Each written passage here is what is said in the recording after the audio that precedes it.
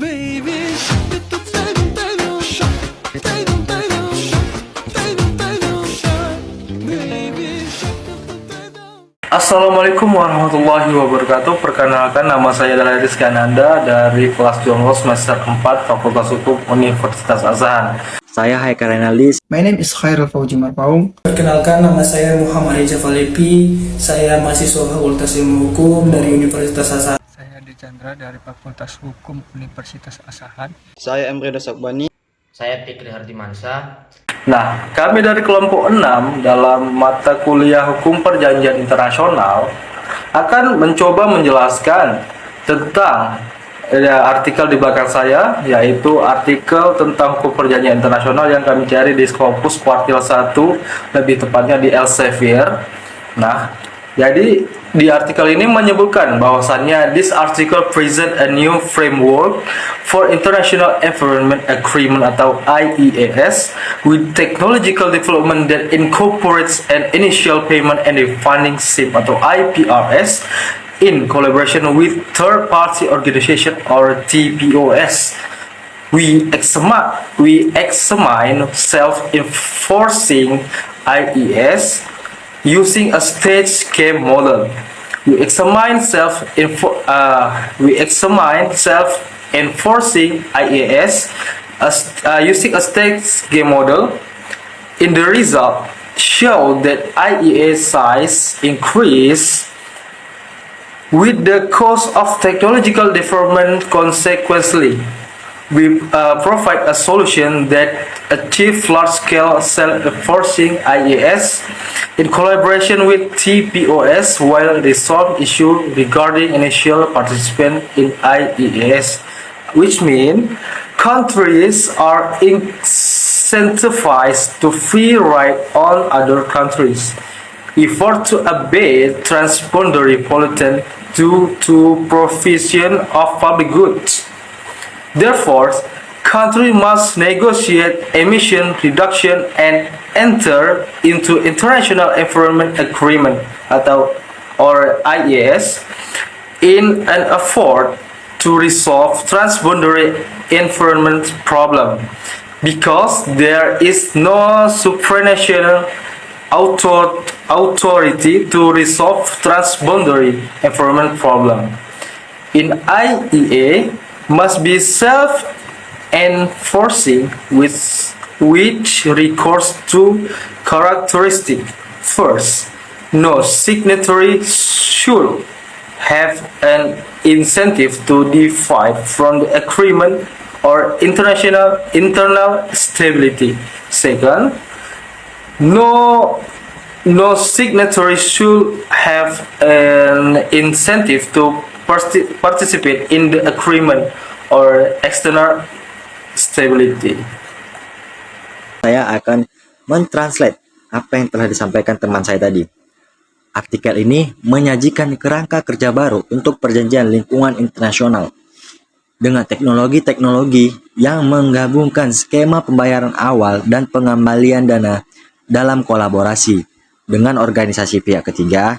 Dalam IPRS kami, pengembangan teknologi dicapai dengan menggunakan sebagian pembayaran awal dari penandatangan kepada TPO, dengan sisa jumlah yang dikembalikan kepada pembayar jika mereka bekerja sama dengan EAI. Kami meneliti EAI yang memperlakukan diri sendiri dengan menggunakan model permainan panggung. Hasilnya menunjukkan bahwa ukuran EAI meningkat seiring dengan meningkatnya biaya pengembangan teknologi. Sebagai konsekuensinya, kami memberikan solusi yang dapat mencapai EAI yang dapat diberlakukan sendiri berskala besar melalui kerjasama dengan TPO sambil menyelesaikan masalah terkait partisipasi awal dalam EAI. Negara-negara diberi insentif untuk memanfaatkan negara lain untuk mengurangi polutan lintas batas karena penyediaan barang publik.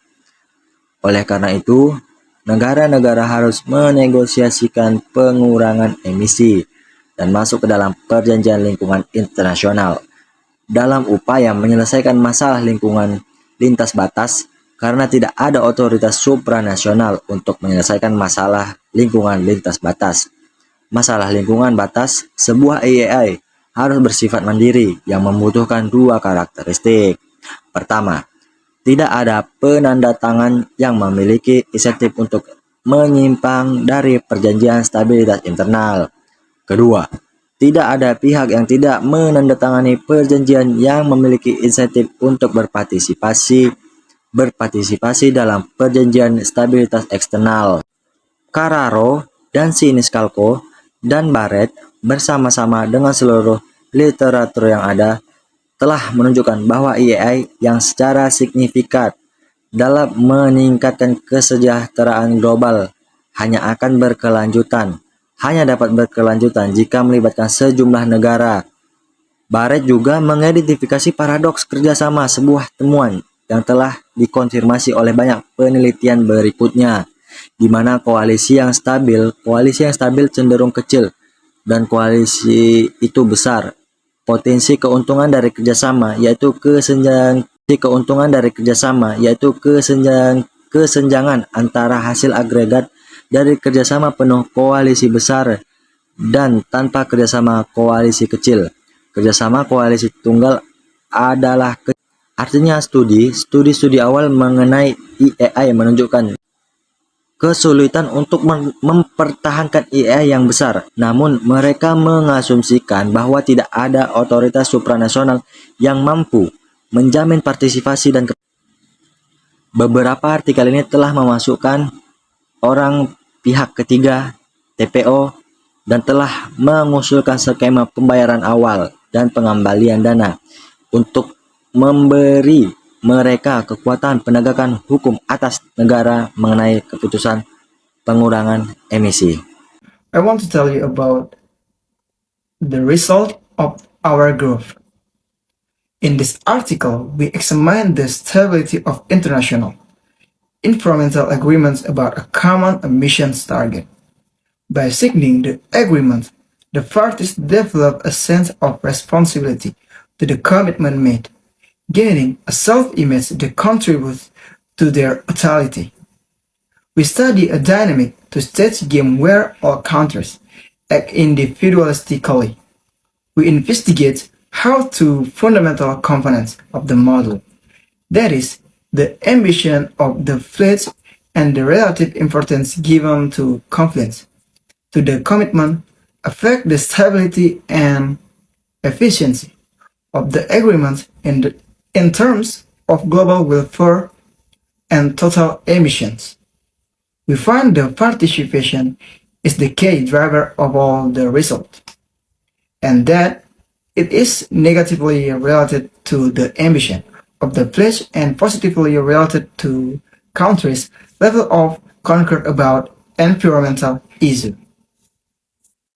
During the last 2 years, several individual nation-states, countries, territories, and council published declaration about climate emergency, indicating that climate change is an important issue in the political agenda of countries worldwide, and the long history of international cooperation to tackle the problem of climate change, which started in 1988 with the establishment of the Intergovernmental Panel of Climate Change. The Paris Agreement can be considered the last milestone. In third, each country that joins the agreement publicly declares its level of ambition in the race to keep the temperature increase within the agreed rate. Di sini saya ingin menerjemahkan hasil dari kalimat yang telah teman saya bacakan, yaitu dalam artikel ini kami mengkaji stabilitas perjanjian lingkungan internasional tentang target emisi umum. Tentang target emisi dengan menandatangani perjanjian tersebut, para pihak mengembangkan rasa tanggung jawab terhadap komitmen yang dibuat, mendapatkan citra diri yang berkontribusi pada utilitas mereka. Kami mempelajari permainan dua tahap yang dinamis di mana semua negara bertindak secara individual. kami menyelidiki bagaimana dua komponen fundamental dari model ini, yaitu ambisi dari janji dan kepentingan relatif yang diberikan kepada kepatuhan terhadap komitmen, mempengaruhi stabilitas dan efisiensi perjanjian dalam hal kesejahteraan global, dan kami menemukan bahwa partisipasi merupakan pendorong utama dari semua hasil dan berhubungan negatif dengan ambisi, dan secara positif terkait dengan tingkat kepedulian negara terhadap isu-isu lingkungan. Baik, sampai di sini saja penerjemah. Terima kasih. Di sini saya akan mentranslasikan yang dibacakan oleh rekan saya. Selama 2 tahun terakhir, beberapa negara-negara bagian teritori dan Dewan Penerbit Deklarasi tentang keadaan darurat iklim.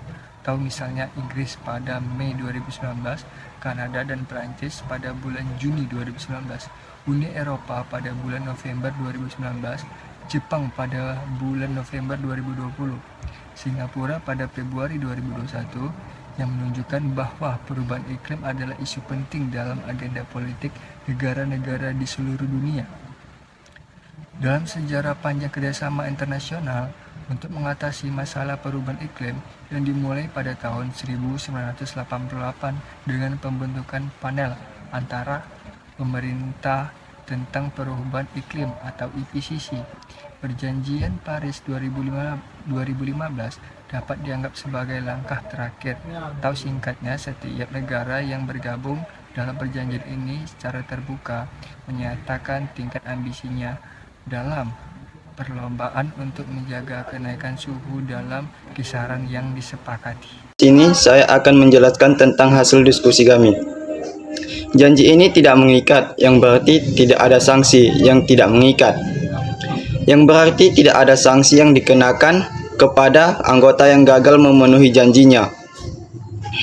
Namun, proses peninjauan berkala menciptakan momen reguler untuk strategi, mempermalukan untuk dimainkan terhadap negara-negara yang tidak memenuhi komitmen internasional mereka. Hasil dari perjanjian Paris telah meninggalkan para ahli dengan perasaan campur aduk. Di satu sisi, perjanjian ini mampu mencapai partisipasi yang besar dari berbagai negara. 195 negara telah menandatangani dan 189 telah menandatangani. Negara telah meratifikasi perjanjian tersebut. Di sisi lain, janji untuk mengurangi emisi yang dibuat oleh negara-negara di Paris tampaknya tidak cukup untuk memenuhi target suhu yang telah disepakati. Sekian dan terima kasih. Saya di sini akan menjelaskan kesimpulan dari artikel yang sudah ditranslitkan oleh teman saya. Nah, artikel kami membahas tentang stabilitas perjanjian lingkungan internasional, tentang target emisi dan bagaimana ambisi janji dan kepentingan relatif yang diberikan kepada kepatuhan terhadap komitmen yang mempengaruhi stabilitas dan efisiensi perjanjian dalam hal kesejahteraan global. Penelitian menunjukkan bahwa partisipasi adalah pendorong utama dari semua hasil dan berhubungan negatif dengan ambisi dan secara positif terkait dengan tingkat kepedulian negara terhadap isu-isu lingkungan. Sekian dan terima kasih telah memberikan kesempatan kami untuk menemani hari-hari kuliahmu. Baby,